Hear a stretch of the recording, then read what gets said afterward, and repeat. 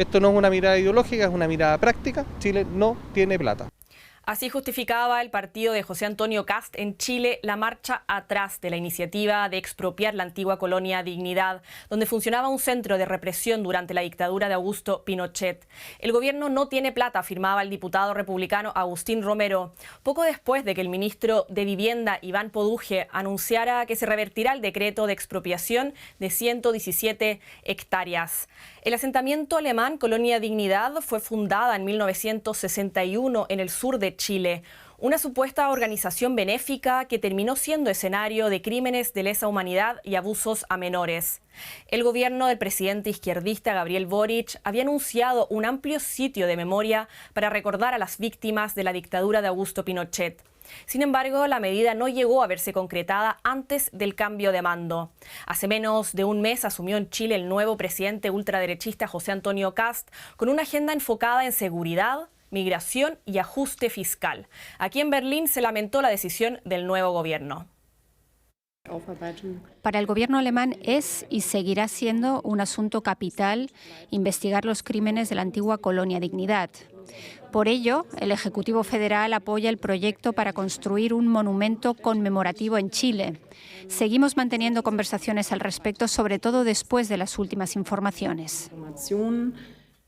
Colonia Dignidad peligra el sitio de memoria. Lo queremos analizar aquí en DW Actualidad en Análisis. Mi nombre es Nicole Geise Dersch y tengo el gusto de saludar a la periodista Jacinta Molina desde Santiago de Chile y a Elke Grylewski, directora del sitio de memoria Bergen-Belsen. Muchas gracias a las dos por acompañarnos aquí en Deutsche Welle.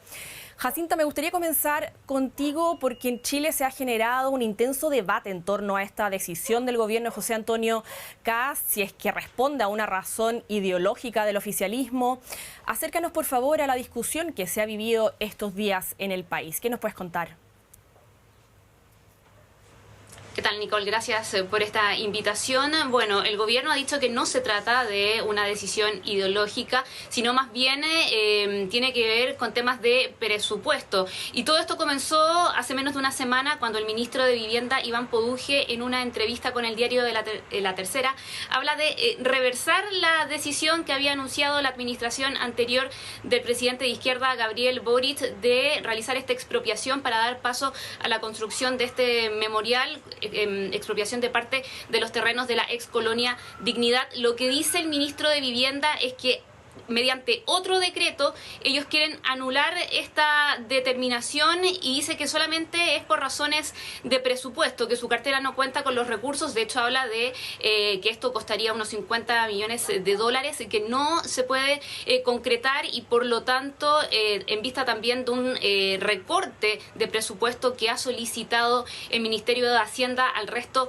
de carteras, es que ellos toman esta decisión de no continuar con esta expropiación, lo que ha generado un gran debate acá en Chile. Por una parte, la oposición de izquierda acusa que no comprende esta determinación y que incluso acá lo que se estaría haciendo es un retroceso en materia de reparación y también de derechos humanos. Hay preocupación también por las asociaciones de familiares de víctimas de Colonia Dignidad y en los últimos días, eso sí, el Ejecutivo ha matizado estas declaraciones considerando las reacciones que han ocurrido. Un retroceso en materia de derechos humanos y claro, hay que considerar que la expropiación de estos terrenos era uno de los proyectos emblemáticos de la administración de Gabriel Boric, que lo había anunciado el año pasado, el año 2025, durante la cuenta pública. Elke, voy contigo. Yo sé que no trabajas actualmente en el gobierno alemán, pero tengo entendido que estuviste asesorando durante varios años al Ministerio de Relaciones Exteriores en relación a esta materia y escuchábamos recién a la portavoz del Ministerio de Exteriores alemán lamentar la decisión y asegurar que se seguirán manteniendo conversaciones al respecto. ¿Qué se puede esperar de ese tipo de conversaciones? Bueno, yo creo que si uno quiere esperar algo de esas discusiones, de esas charlas, yo creo que es importante no equiparar la expropiación con la instalación de un sitio de memoria. O sea, yo creo que es sumamente importante seguir las discusiones con los grupos de víctimas en el sur, con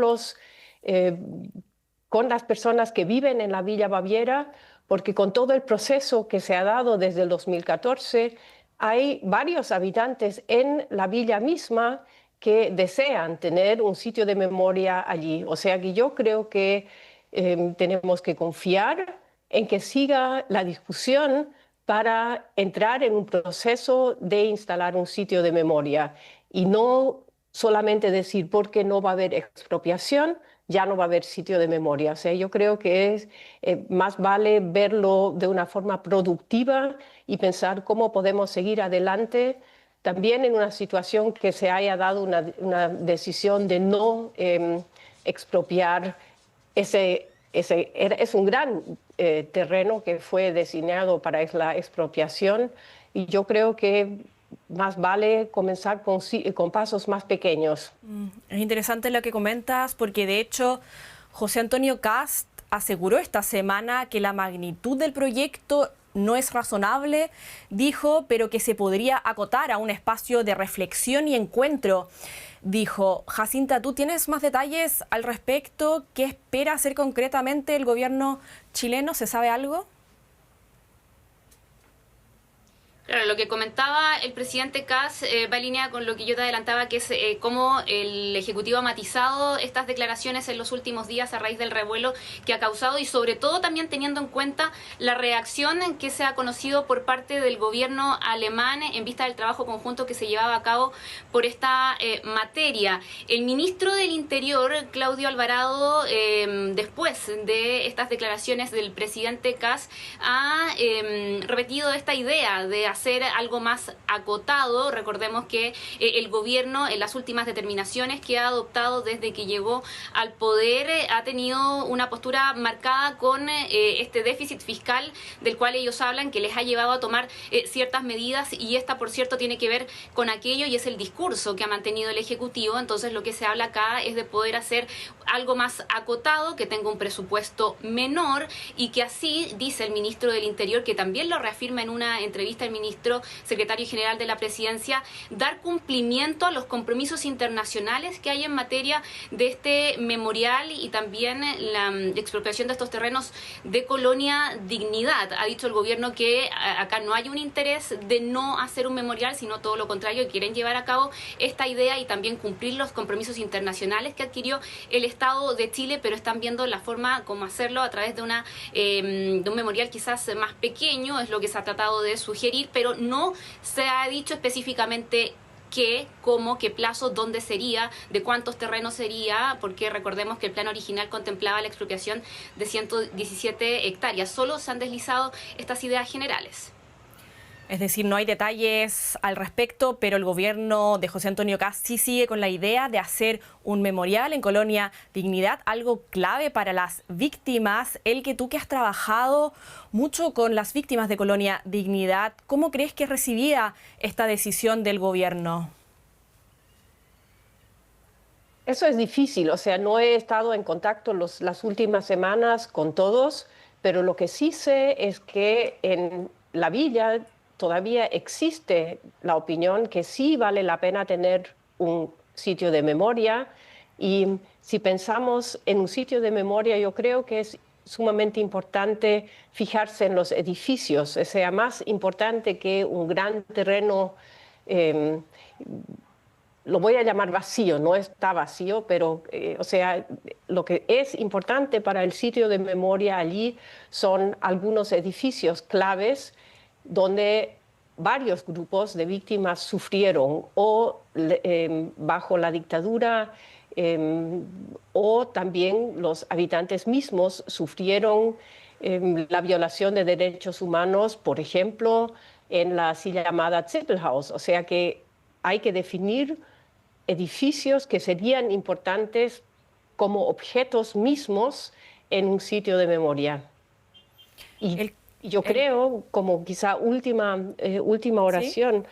Lo importante es, yo creo que los grupos de víctimas que han ido diabolizando desde el 2014, ellos no van a retroceder en el proceso que ya se ha dado. O sea, cuando comenzamos el 2014, había muchos prejuicios los unos contra los otros, etcétera, y ha habido un proceso muy grande de diálogo que es sumamente importante y detrás de eso ya no van a retroceder.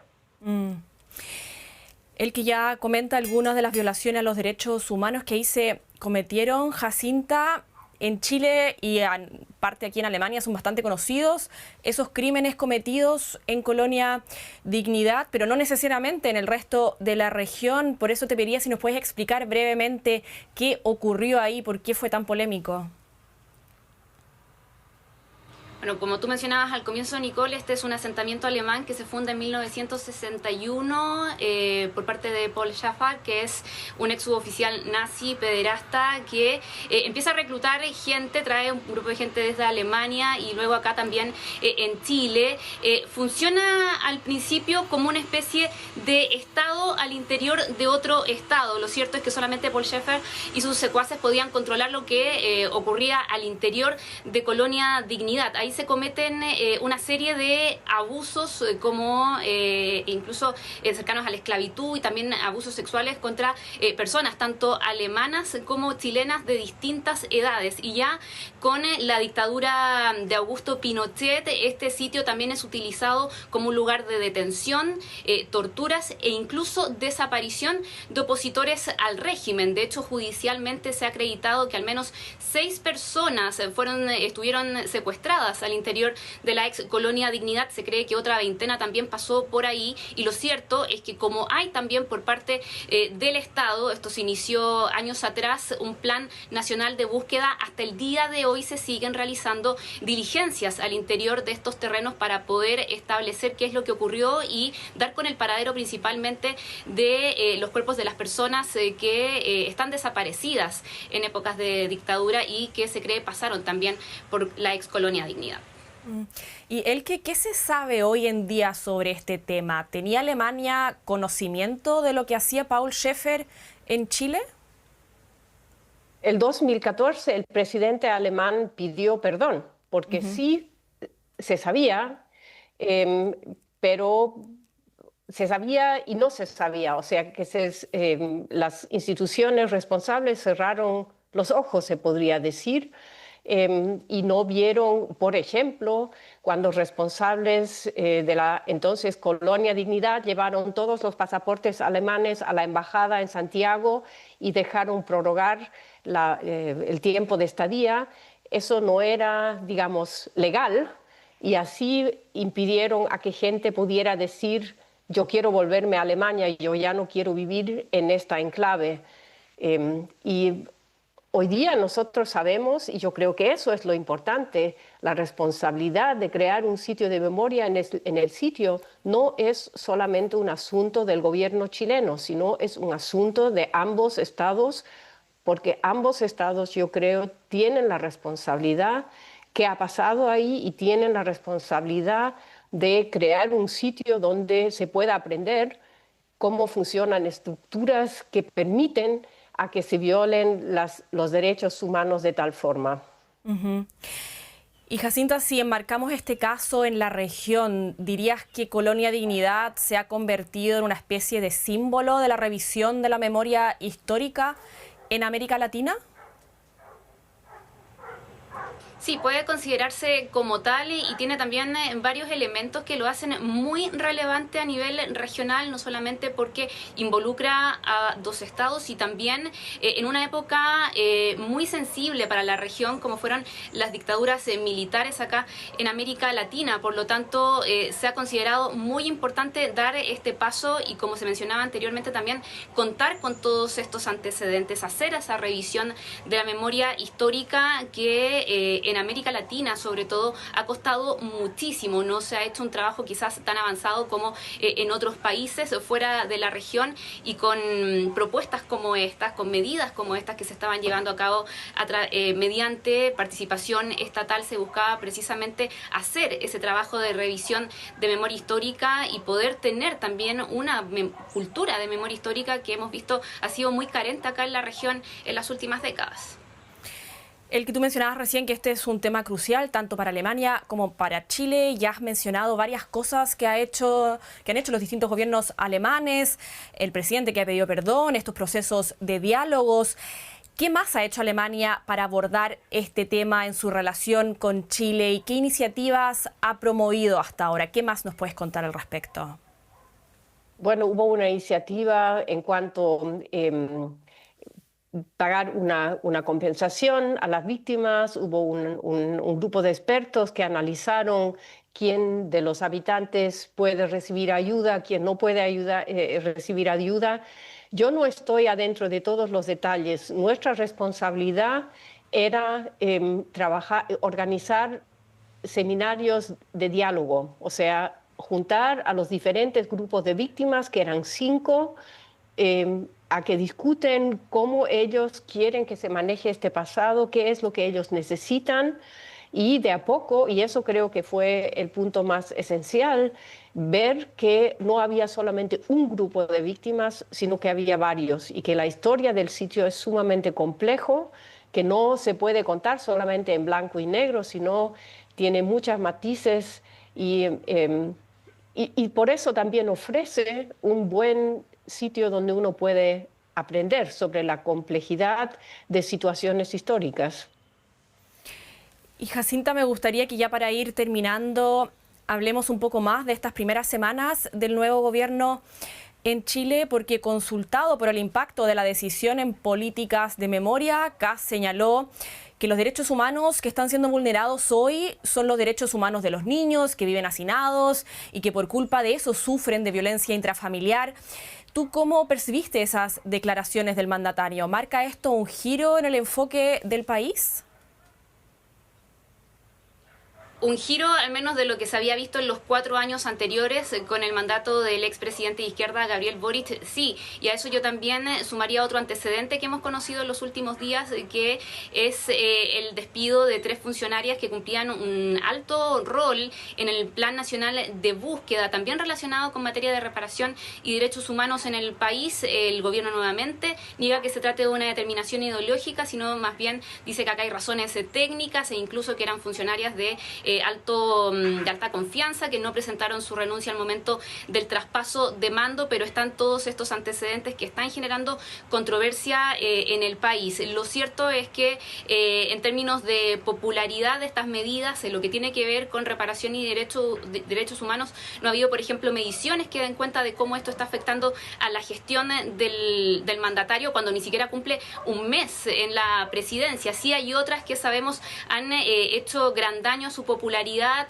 La principal ha sido esta alza histórica en los combustibles, donde incluso ya las encuestas, la mayoría, de hecho todas las que se han publicado acá en Chile, muestran que la desaprobación del presidente Kast ha superado a su aprobación incluso a menos de un mes de haber asumido.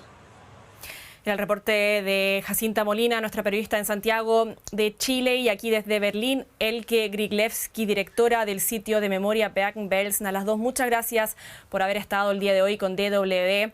Y a todos los televidentes, recuerden que también nos pueden seguir en redes sociales. Subimos estas entrevistas a Facebook, X, YouTube y también a todas las plataformas de podcast. Muchas gracias por haberse informado con nosotros. En nombre de todo el equipo, gracias y nos vemos. Que esté muy bien.